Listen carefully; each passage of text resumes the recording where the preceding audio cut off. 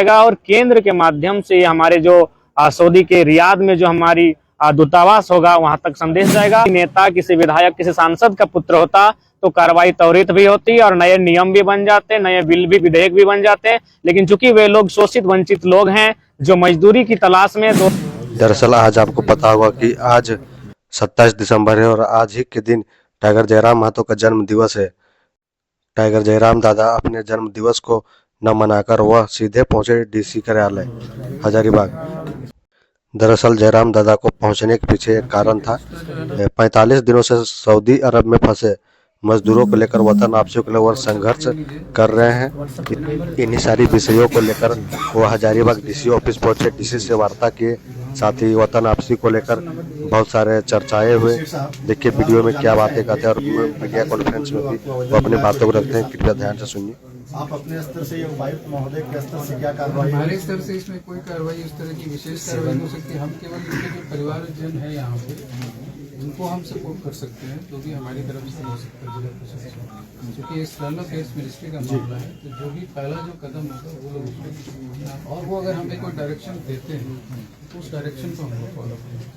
ये राज्य सरकार के साथ सेंट्रल राज्य गवर्नमेंट सरकार भी इसमें ज्यादा विशेष कुछ नहीं कर पाएगी। हाँ। इसमें जो करना एक्सटर्नल अफेयर्स मिनिस्ट्री करती है। तो आपके माध्यम से हम लोग इस संदेश आपके माध्यम से सेंट्रल गवर्नमेंट भी जाएगा के माध्यम से संदेश दोनों तक जाएगा। ये आपका चला जी जी त्वरित कीजिएगा सर। और मैंने एक्स करने के साथ साथ ईमेल भी कर दीजिएगा। मिल जाएगा, तुरंत मिल जाएगा। ठीक है ना, ये हम रख लेंगे अपने। जी जी जी वो वाला व्हाट्सएप कर देना। जी अभी सर मैं निवेदन ये थोड़ा सा गंभीरता पूर्वक 45 लोगों के जीवन का सवाल है। नहीं, वो एक्सटर्नल अफेयर्स वो तुरंत यहाँ से उनको सूचना देगा कि भाई आप जाइए इस एड्रेस पे जाके इनसे मिलिए, कंपनी को कॉन्टैक्ट करिए और इनसे मिलिए और जाके समस्या पे ले जाइए कि समस्या पे। फिर जो भी मान लीजिए उस समय जो त्वरित निदान होगा जो एकदम इमीडिएटली जरूरी है वो पहले कर लेंगे जी, जो इमीडिएट उसके बाद जो फिर बाकी वो वेतन भुगतान या फिर जो भी प्रक्रिया होंगी। लेकिन फिलहाल जो उनको आवास, भोजन और स्वास्थ्य चिकित्सा की अभी तो है कि उनको केवल भोजन पानी और रहने की जगह तो मुहैया कराएं। कुछ लोग बीमार हैं, उनको थोड़ा सा स्वास्थ्य लाभ की भी आवश्यकता है। हॉस्पिटलाइज करने की जरूरत है उनको। जी जी चलिए मैं थोड़ा इलेक्शन की ठीक है, समय धन्यवाद सर। थोड़ा गंभीर रहेगा सर। इसको भी इसमें अटैच कर दे। जब उनसे तीखे प्रश्न होंगे, जब उनकी जिम्मेदारियों पर प्रश्न खड़ा होगा, जब उनकी कार्यशैली पर प्रश्न चिन्ह लगेगा तो निश्चय इस पर पॉजिटिव सकारात्मक बदलाव आएंगे। और एक आंदोलन भी रास्ता है, क्योंकि हम लोग जब आंदोलन ये रास्ता तैयार करेंगे, जब आंदोलन की रूपरेखा तैयार करेंगे तो जाहिर सी बात है उनमें एक भय होगा। तो कुल मिलाकर आंदोलन, मीडिया का सवाल और इन चीजों को जब लगातार प्रेस के माध्यम से, प्रिंट मीडिया के माध्यम से जब ये उठती रहेंगी तो निश्चय ही एक रास्ता खुलेगा और वे बाध्य होकर उस रास्ते को स्वयं तैयार करेंगे। इसमें बहुत सारी कड़ियां जुड़ी हुई है। ऐसा नहीं कह सकते कि सिर्फ सरकार के ऊपर दोषारोपण आप नहीं कर सकते। नहीं, बिल्कुल भी नहीं। इसमें ये भी है कि भाई आप जब सऊदी अरब गए तो जिम्मेदारी आपकी थी। ये भी इसमें ये सवाल आ जाएगा कि रोजगार नहीं था इसलिए गए।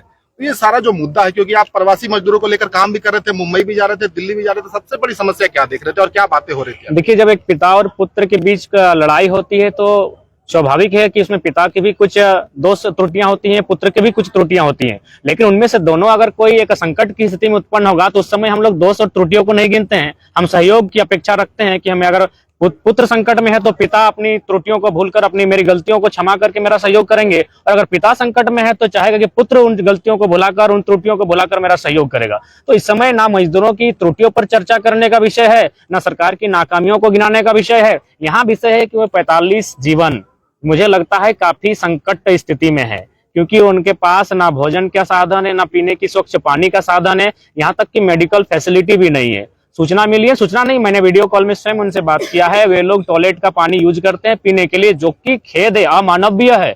और सबसे खास बात की 3 मजदूर बीमार थे और 2 दिन बाद जब पुनः उनसे बात हुई तो उनकी संख्या 7 हो गई। और उनको 1 तारीख तक उस मकान में जहां रह रहे हैं, जो 20 बाई 20 का मकान है, जहां 45 लोग रहते हैं, हमारे लिए तो एक व्यक्ति के लिए उतना बड़ा मकान होता है, वे 45 लोग एक ही मकान में रहते हैं, उसे खाली करने का भी नोटिस जारी कर दिया गया है। अतः यहाँ त्रुटियों को गिनाने का वक्त नहीं है, चूंकि विषय इंटरनेशनल है। अतः राज्य सरकार की जो विभाग है, जो हमारी वहाँ दूतावास है, हमारे जो राजदूत हैं, उन पर उनके साथ समन्वय स्थापित करते हुए उन्हें यथाशीघ्र वतन वापसी का प्रयास करना ही चाहिए। तो ये 4 कॉल हो चुके हैं, उनके 4 वीडियो कॉल हो गए, लेकिन कोई लगता है कि कोई उस पर कोई त्वरित कार्रवाई अभी तक नहीं हुई, उनको वापस लाया। ये बिल्कुल, वहां अगर किसी नेता, किसी विधायक, किसी सांसद का पुत्र होता तो कार्रवाई त्वरित भी होती है और नए नियम भी बन जाते हैं, नए बिल भी, विधेयक भी बन जाते हैं। लेकिन चूंकि वे लोग शोषित वंचित लोग हैं जो मजदूरी की तलाश में, दो जून की रोटी की तलाश में एक अच्छे मंजिल को पाने के ख्वाब लेकर वहां तक गए हैं, इसीलिए अभी तक कार्रवाई नहीं। शायद ये लोग इंतजार कर रहे हैं कि उन 45 में से कुछ मजदूर ऐसे हैं जो शायद उनके साथ कोई अप्रिय घटना घट जाए तब ये कार्रवाई करेंगे। ये लोग इंतजार में बैठे हैं, अभी वे जीवित हैं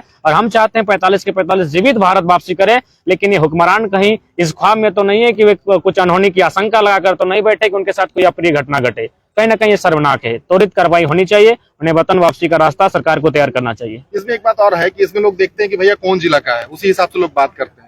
पता चला कि हजारीबाग के हैं, गिरिडीह के हैं, बोकारो के हैं। इसलिए झारखंड की ये समस्या है, हर एक व्यक्ति को बात करनी चाहिए, हर एक प्रतिनिधि को बात करनी चाहिए, बिल्कुल हर एक, क्योंकि झारखंड के ही है वो, सारे लोग झारखंड के ही, और सबसे बड़ी बात है भारत के है वो। इसमें झारखंड के लोग भी तो मुख्य दर्शक बने हुए हैं कि भाई बोकारो वाले बोलेंगे तो वो धनबाद वाले नहीं बोलेंगे, धनबाद वाले बोलेंगे तो पलामू वाले नहीं बोलेंगे। ये देखिए, इस पर वो उदाहरण होता है जब हम पोल्ट्री मुर्गा खरीदने के लिए जाते हैं तो जिस मुर्गे की बलि दी जाती है वही आवाज करता है, बाकी लोग कोने में दुबक जाते हैं। उन्हें ये पता भी नहीं होता है कि अगले दिन उनका भी नंबर आएगा। तो वही हाल हम मानव का है। हम लोग अपनी रोजमर्रा के जीवन में और इस आधुनिक जीवन में इतना व्यस्त हो चुके हैं कि हम लोग अपनी संवेदना को खो चुके हैं, अपने कर्तव्यों को भूल चुके हैं।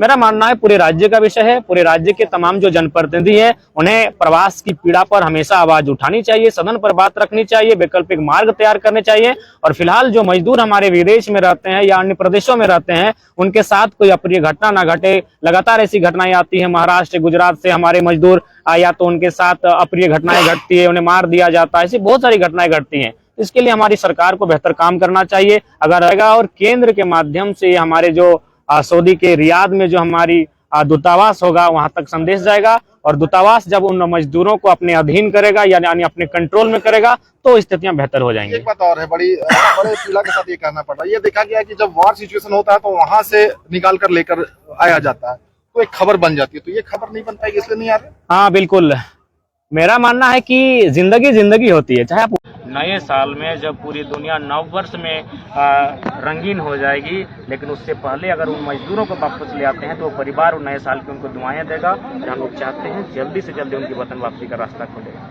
अच्छा, अगर बात मजदूरों की हो रही है और अब अगर हजारीबाग में है तो बता दें कि बड़का गांव भी एक बहुत ही ज्यादा मैं हमने कहा चलिए जो भी होगा हम लोग प्रयास करते हैं, क्योंकि उनके पास समय नहीं है। तो बड़का गांव को जब रिलीफ हमको मिलने लगेगा हम बड़का गांव भी जाएंगे।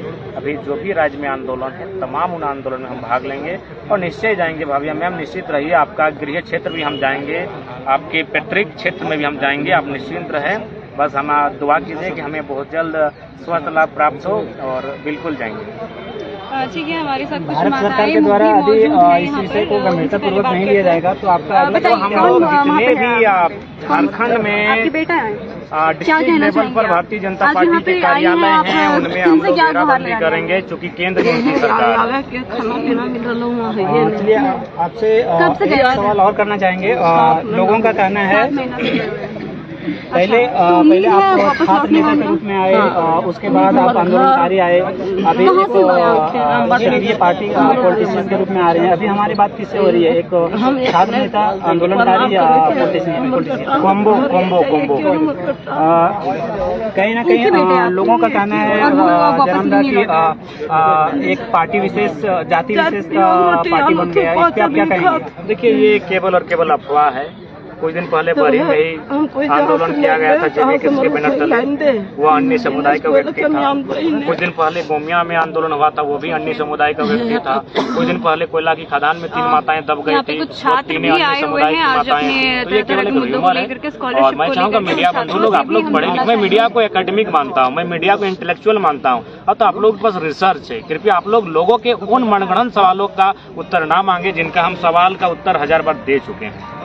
सर, झारखंड में एक बात और जानना चाहेंगे। झारखंड में सबसे बड़ी जो समस्या है वो रोजगार की है। यदि जैविक पेशेस को सानू महतो झारखंडी को लाइक, फॉलो, शेयर, कमेंट करें।